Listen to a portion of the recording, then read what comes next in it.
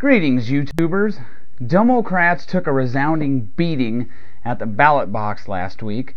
So did Hussein ObamaCare. Let's look at some results in various states. First, Amendment 63 in Colorado. It wanted to amend the state constitution, adding the following. Add healthcare choice as a constitutional right. That was the big one. Prohibit the state from requiring or enforcing any requirement that a person participate in a public or private health coverage plan. That's good. And restrict the state from limiting a person's ability to make or receive direct payments for lawful health care services. It was pretty good except for the first part, add healthcare as a constitutional right. As you can see, it wasn't all bad, but the first one was a game changer. Healthcare isn't a right any more than education, a house, or a car. Thankfully, Colorado voters shot this down. Only 47% were in favor. These are unofficial results, but this amendment did fail. We're just not sure about the official total. Then we have Proposition 106 in Arizona. It wanted to prohibit any law or rule from compelling any person, employer, or healthcare provider to participate in any healthcare system. Allow a person or employer to pay directly for lawful healthcare services without being penalized or fined. Allow a healthcare provider to accept direct payment for lawful healthcare services without being penalized or fined. Provide that the purchase or sale of health insurance in private healthcare systems shall not be prohibited by law or rule, subject to reasonable and necessary rules that do not substantially limit a person's options. 55.3% of Arizona voters were in favor. Another smackdown to ObamaCare. I figured it would pass with a larger margin, but it passed nonetheless. Moving on to question 756 in Oklahoma, it sought to prohibit forced participation in a healthcare system, permitting direct payments for healthcare services, and permitting private health insurance. 64.7% of voters said yes.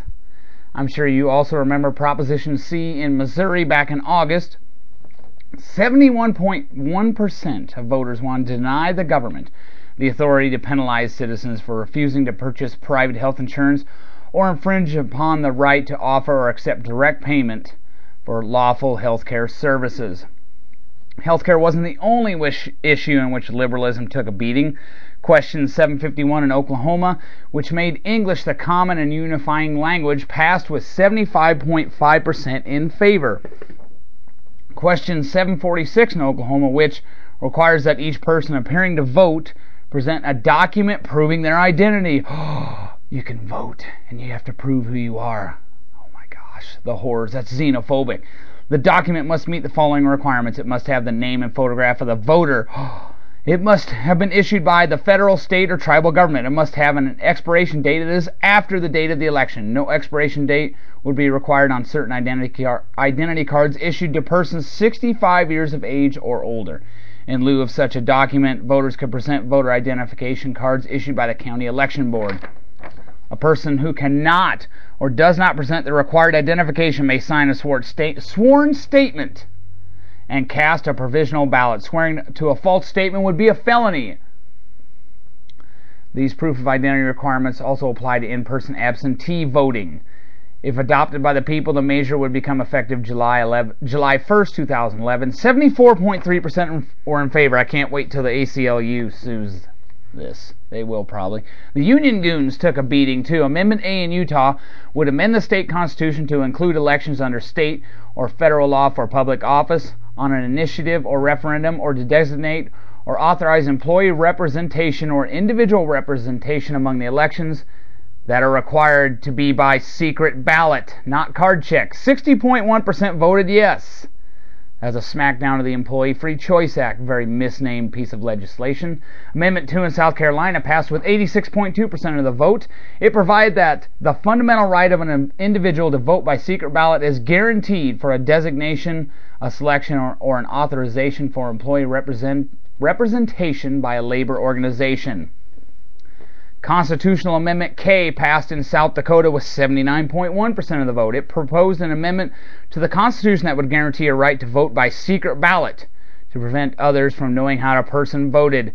This right would apply to elections of public officers, adoption of initiated or referred measures, and elections to designate or authorize employee representations such as elections concerning unions.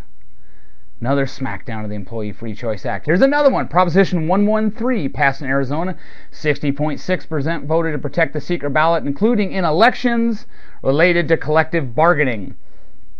Concerning Proposition 21, moving on to a different topic, only 42% voters, Proposition 21, only 42% of voters in California wanted to establish an $18 annual vehicle license surcharge to help fund state parks and wildlife programs and grants free admission. Free, yeah. Nothing is free, really.